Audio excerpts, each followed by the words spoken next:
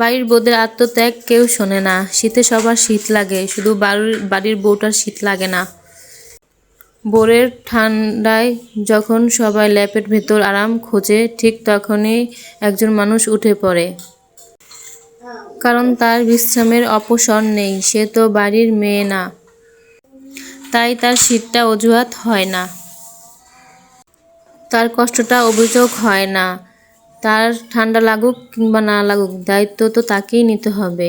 আসসালামু আলাইকুম বন্ধুরা, সবাই কেমন আছেন? আশা করি সবাই ভালো আছেন, আমিও ভালো আছি। আজকে আপনাদের সাথে নিয়ে আসলাম নতুন একটি রেসিপি। তো এই রেসিপিটি খুবই মজার একটি রেসিপি। তো এই রেসিপিটি হচ্ছে ডিম বিস্কুটের রেসিপি। তো আমি একটা পাতা ডিজাইন করে এই ডিম বিস্কুটটি বানিয়েছি। তো এই রেসিপিটি বানাতে আমি যা যা উপকরণ দিয়েছি, এখানে দিয়েছি 2টি ডিম, দিয়েছি 2 কাপ চিনি, দিয়েছি কালো জিরা, দিয়েছি বেকিং পাউডার। তো সবটি উপকরণ দিয়ে আমি খুব ভালোভাবে মিক্সিং করে হাতে মতে এই ডিম বিস্কুট পিঠাটি বানাচ্ছি।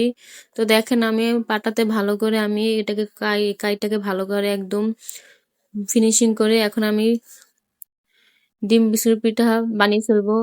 তো যারা যারা এই পিঠাগুলো পছন্দ করেন, অবশ্যই বাসা বানিয়ে খাবেন। তো এই শীতের মধ্যে এই পিঠা খেতে খুবই মজা হয় আর খুবই ভালো লাগে খেতে। তো দেখতে পাচ্ছেন আমি নিজের থেকেই কি সুন্দর করে ছুরি দিয়ে কেটে বানিয়ে নিচ্ছি। তো এই অসাধারণ পিঠা বানাতে কিন্তু খুব অল্প সময়ের মধ্যে বানানো হয়ে যায়।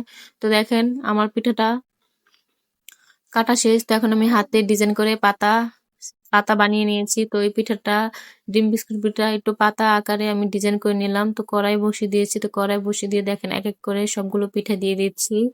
এই পিঠাটা খেতে কিন্তু খুবই মজার আর খুব ভালো লাগে। এই পিঠাটা আপনি অনেকদিন বানিয়ে সংরক্ষণ রাখতে পারবেন বয়মের ভিতর ভরে। তো দেখতে পাচ্ছেন পিঠাটা সুন্দর করে ভাজা হয়ে গেছে। তো একদম বেশি তেলে ভেজে নিয়েছি।